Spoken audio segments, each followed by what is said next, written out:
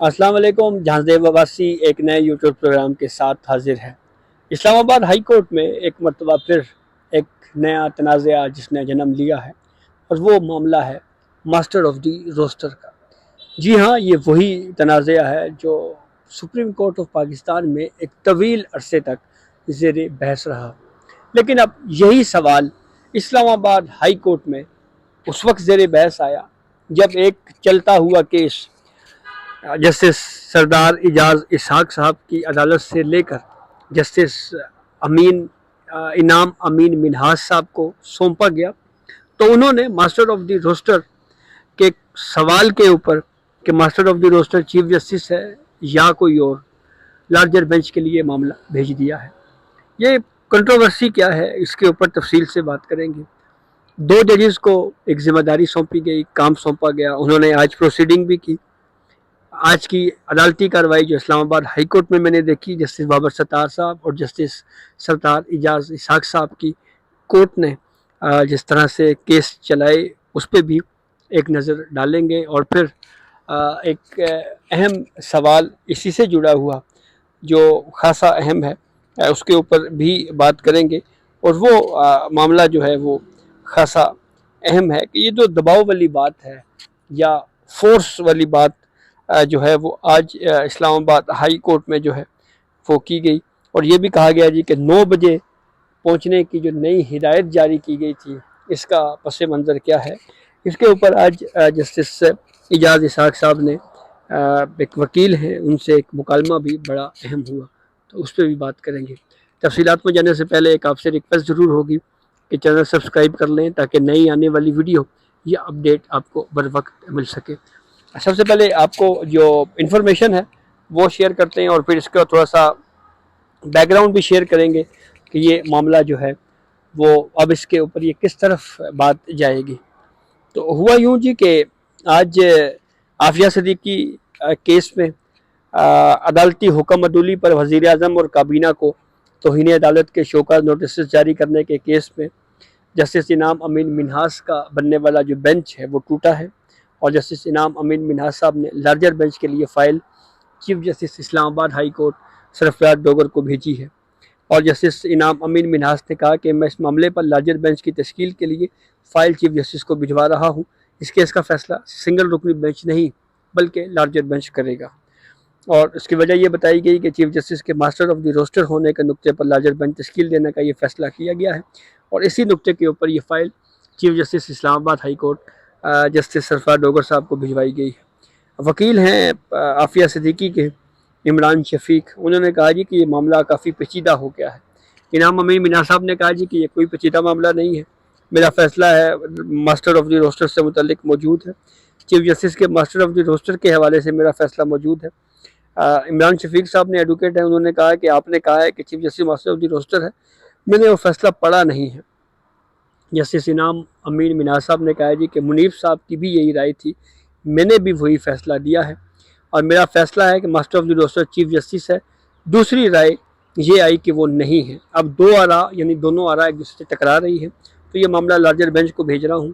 Master of the rooster کون ہے یہ لارجر بینچ طے کرے گا. تو یوں یہ فائل چیف جسٹس اسلام آباد ہائی کورٹ کو بھجوا دی گئی ہے. اچھا، اس کیس کے دو پہلو ہیں. ایک، کیا چلتا ہوا کیس ایک انتظامی سائٹ کے اوپر ایک نوٹس کی بنیاد کے اوپر جو ہے کیا واپس لیا جا سکتا ہے؟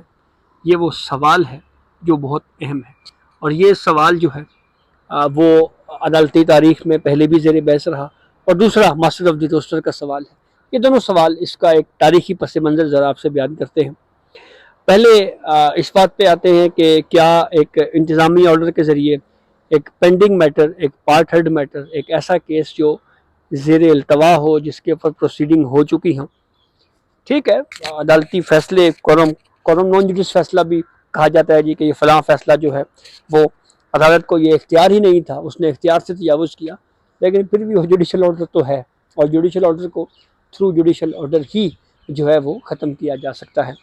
یہ بحث سابق چیف جسٹس قاضی فائز عیسیٰ جب سینئر پیونی جج تھے تو اس وقت رجسٹرار آفس نے ایک عدالتی فیصلے کو ایک نوٹیفیکیشن کے ذریعے جو ہے وہ ڈسکریڈٹ کرنے کی یا غیر فعال کرنے کی یا معطل کرنے کی ایک اٹیمپٹ کی، جس کے اوپر بہت زیادہ تنقید اس وقت جوڈیشری کے اوپر ہوئی. جیسے منصور علی شاہ صاحب کی کورٹ نے ایک ٹیکس والا معاملہ سنا، اور اس پہ ایک آئینی تشریح کا معاملہ تھا. 26ویں آئینی ترمیم کے بعد یہ بات طے شدہ ہے کہ آئینی تشریح کا جو معاملہ ہوگا وہ آرٹیکل 184(3) کے تحت جو ہے وہ سپریم کورٹ کا جو آئینی بینچ ہے وہی سنے گا.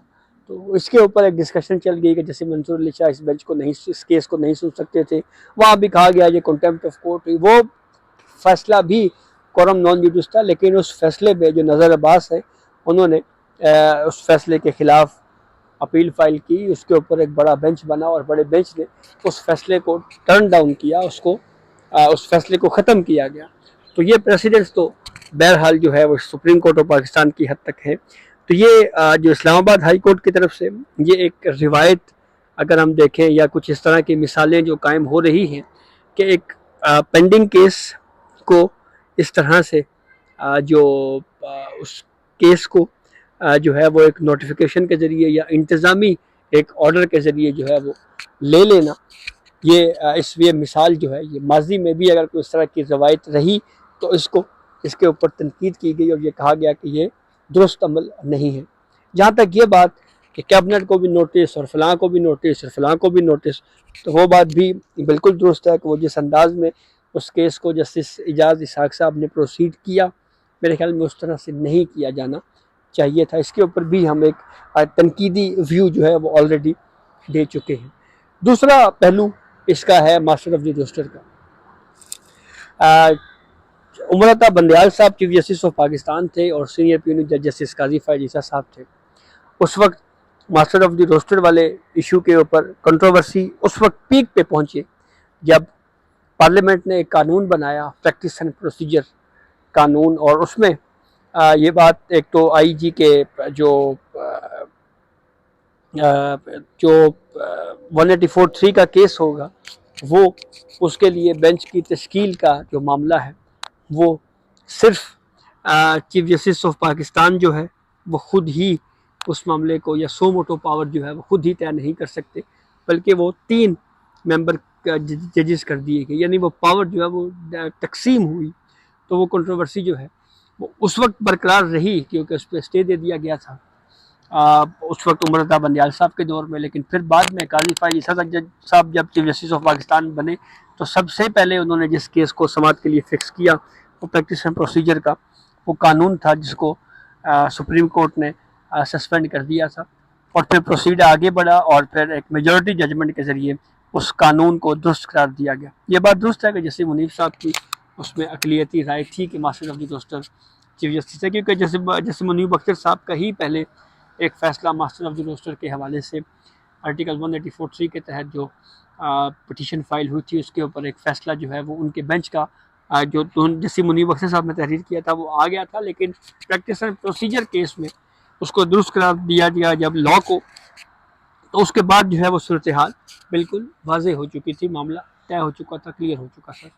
تو وہ کنٹروورسی تو وہاں پہ ختم ہوئی. تو اس وقت بھی یہ ڈیبیٹ تھی کہ ہائی کورٹس کی سطح کے اوپر ہائی کورٹس کو جو ہے وہ خود سے رولز بنا لینے چاہیے اور رولز بنا کر ماسٹر آف دی روسٹر کا جو مسئلہ ہے، جو کنسیپٹ ہے، اس کو جو ہے وہ حل کرنا چاہیے، کیونکہ پاور جو ہے وہ ایک فرد کے ہاتھ میں جو ہے وہ نہیں ہونی چاہیے.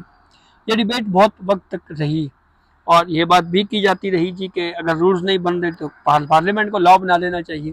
تو یہ ڈسکشن بہرحال اب ایک مرتبہ پھر اسلام آباد ہائی کورٹ میں آئی ہے، جس میں 2 آراء جو جسٹس انعام امین مناز صاحب نے خود بیان کی ہے کہ جی ایک رائے یہ ہے کہ master of the roster chief justice ہے اور دوسری رائے یہ ہے کہ master of the roster chief justice نہیں ہے. تو اب اس کے اوپر لارجر بینچ کے لیے معاملہ بھجوا دیا گیا ہے.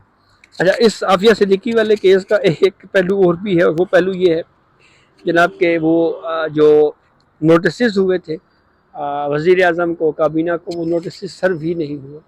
اس کی وجہ یہ تھی کہ وہ کازلس نہیں تھی اور وداؤٹ پروسیڈ کیس فکس ہوئے بغیر ہی اس کیس کو جو ہے وہ آگے بڑھایا گیا، آگے چلایا گیا. تو یہ بھی اس کے اوپر جو ہے اس معاملے کے اوپر جو ہے وہ تنقید کی جاتی رہی ہے. تو اب تو ایک طرف ماسٹر آف دی روسٹر والا معاملہ ہے، اس کو اسلام آباد ہائی کورٹ جو ہے وہ ڈیسائیڈ کرنے جا رہی ہے. وہیں پہ جو ٹیکس میٹرز ہیں اس کے لیے 2 رکنی بینچ جو ہے اسلام آباد ہائی کورٹ نے تشکیل دیا. جسٹس بابر ستار اور جسٹس سردار اعجاز اسحاق صاحب کی کورٹ نے آج مختلف کیسز سنے. میں کچھ دیر اسلام آباد ہائی کورٹ میں گیا ہوں. گو کہ وہاں پہ جو سیکیورٹی ہے اس کی طرف سے جو اسلام آباد پولیس کی صورت میں وہاں جو ڈپیوٹ ہے اس پہ یہ بات بہرحال جو ہے وہ ہمیں سپریم کورٹ کور کرنے والے رپورٹرز کو یہ بتائی جاتی ہے کہ جی یہ صرف ہائی کورٹ کور کرنے والے جو ریگولر رپورٹر ہے صرف وہی جو ہے وہ انٹرنس ان کی ہو سکتی ہے. لیکن اگر سپریم کورٹ یا کسی اور کوئی اور صحافی اگر اسلام آباد ہائی کورٹ میں جانا چاہے تو اس کے لیے طریقہ کار جو یہی ہوتا ہے جی کہ جو ایسوسیشن ہے آپ اس کے ذریعے سے جو ہے وہ بات کرتے ہیں اور پھر ایسوسیشن کی اپروول کے بعد جو ہے وہ آپ اسلام آباد ہائی کورٹ میں جاتے ہیں. آپ کیس پروسیڈنگ جو ہے وہ ایز اے کورٹ رپورٹر یا کوئی بھی صحافی ہے پھر وہ اس کو دیکھ سکتا ہے. تو یہ شاید اسلام آباد ہائی کورٹ نے اپنے طور کے اوپر یا اسلام آباد ہائی کورٹ کی جو سیکیورٹی پر تعینات جو پولیس ہے شاید اس نے اپنے طور کے اوپر کچھ ایس او پیز طے کیے ہوں یا کوئی پرنسپل اس طرح کے طے کیے ہوں. تو یہی ہوا. ان مراحل سے گزر کے میں اسلام آباد ہائی کورٹ گیا. جسٹس بابر ستار صاحب اور جسٹس سردار اعجاز اسحاق صاحب کی کورٹ میں مختلف کیسز ٹیکس کے کیسز فکس تھے. کچھ کیسز سٹارٹ میں تو ایڈجرمنٹس تھی زیادہ تر کیسز میں ایڈجرن ہوئے کیس.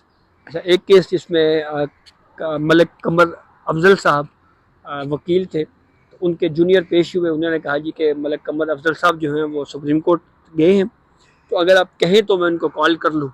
تو جسٹس بابر ستار صاحب نے مسکراتے ہوئے کہا کہ ہم نہیں کہیں گے, ہم خود نہیں کہیں گے ان کو, آپ اگر کال کرنا چاہیں وہ اگر آنا چاہیں تو آ جائیں. کچھ دیگر کیسز جو ہے اب وہ ٹیک اپ کیے گئے. کچھ ہی دیر بعد قمر افضل صاحب جو ہیں وہ واپس جب اسلام آباد ہائی کورٹ پہنچے تو ایک بڑا اہم مکالمہ ہوا ان کے درمیان, جسٹس بابر ستار صاحب کے درمیان اور جسٹس اعجاز اسحاق صاحب کے درمیان.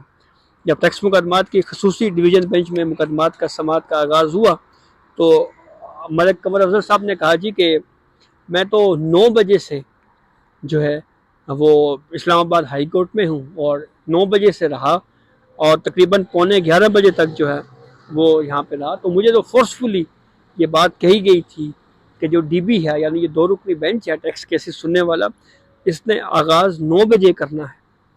تو اس پہ جس سے اعجاز اسحاق صاحب نے کہا آپ کو یہ کس نے زور دے کر یا کس نے یہ کہا کہ جی 9 بجے ہی آپ نے آنا ہے, ہمیں تو نہیں بتایا گیا. جیسے بابر ستار صاحب نے کہا کہ ہمیں تو نہیں بتایا گیا کہ 9 بجے ہم نے ڈی بی کرنی ہے.